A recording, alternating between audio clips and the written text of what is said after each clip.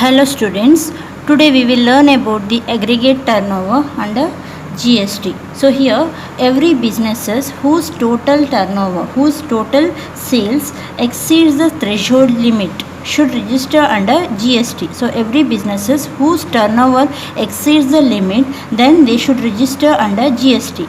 So to register under GST, so the businesses should know what is their total turnover, whether they are liable for registration under GST.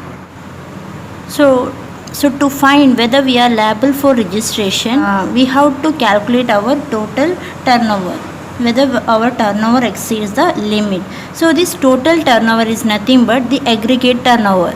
So here we are going to learn about this total turnover or aggregate turnover or a total sales.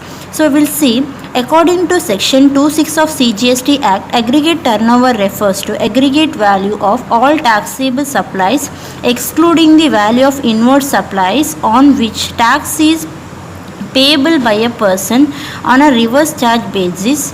Exempt supplies, export of goods and services or both, and interstate supplies of a person having the same permanent account number be computed on all India basis but exclude the central tax, state tax, union territory tax and integrated tax and cess. So as per the section 26 of the CGST Act, aggregate turnover or a total turnover is nothing but it is the total value of aggregate value or a total value of all the taxable supply. So every businesses do their supplies. So in order to calculate this total turnover, we have to add all the taxable supplies made by the businesses. So these taxable supplies should exclude the value of inward supply. Inward supply means the purchases. We should exclude the purchases on which tax is payable by a person on a reverse charge basis. Sometimes the businesses, they have to pay a tax on their purchases because they have to pay a tax on a reverse charge basis. When they are purchasing from an unregistered dealer, then they have to pay a tax. So if they purchases any if there is any purchases on which the businesses has to pay tax on a reverse charge basis, so that purchases should be excluded. Next, exempt supplies should be added to the aggregate total sales or a total turnover. Then if there is any export of goods and services or any interstate supplies of a person having the same permanent account number to be computed all India basis. So if there is any interstate supplies in all India basis having same PAN number, that also we have to add to the total turnover. So this total turnover should exclude central tax, state tax, union territory tax, integrated tax and cess. So this total turnover should exclude these GSTs. So this is the types of GST: central tax, state taxes, union territory tax, integrated tax and cess.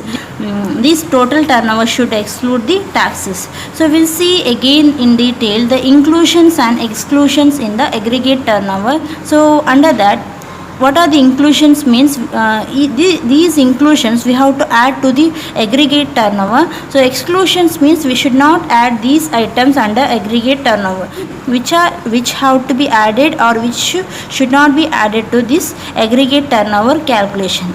We'll see about inclusions here. Exempt supplies. So first one is exempt. So what is the given in the meaning? Same here written in point. Exempt supplies, all taxable supplies, interstate and intrastate supplies, if there is any nil rated goods and services, exports, supply of cess, special economic zone, EOU, FTZ, then non-taxable goods and services, interstate supplies having same PAN, goods sent to job worker and supply made directly from the job worker premises to dealer.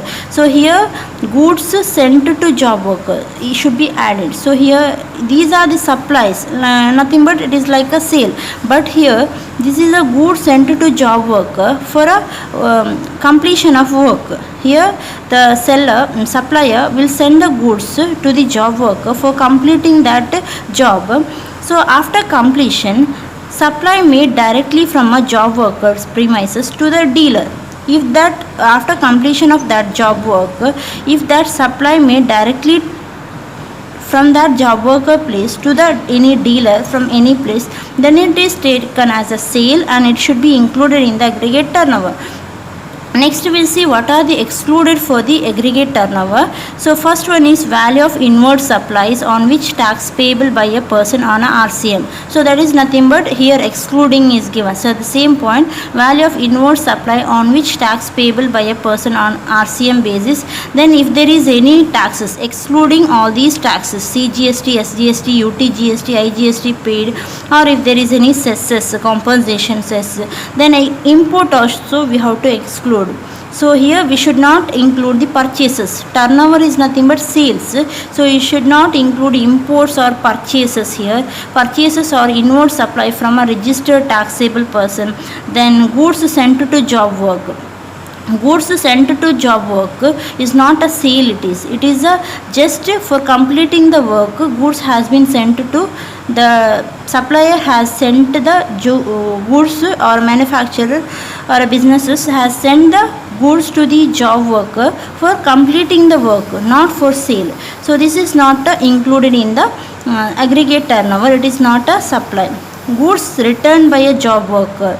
Goods returned by job worker also is not a sale here. It is not a supply. It is just after completing the work, he has returned that goods to the owner. So it is not a sale. So this is nothing but supply of goods after completion of job work. So this should not be included.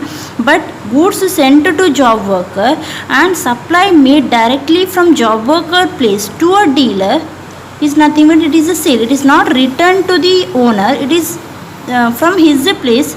It is supplied to a dealer. Means it is on behalf of a owner. It has been supplied to a dealer. So it is like a sale. So that should be included.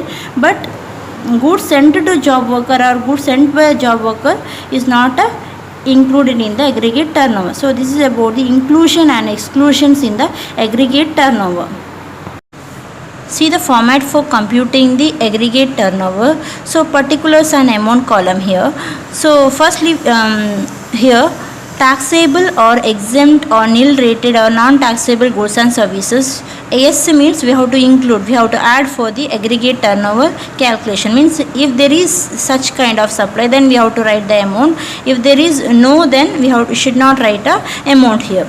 So if a businesses has made any taxable supplies, if businesses has made exempt supply, nil rated supply, non-taxable goods and services, then it should be added to aggregate turnover. It is nothing but it is a sale. Taxable supply means it is a sale. If the businesses has made exempt supplies, that is also sale.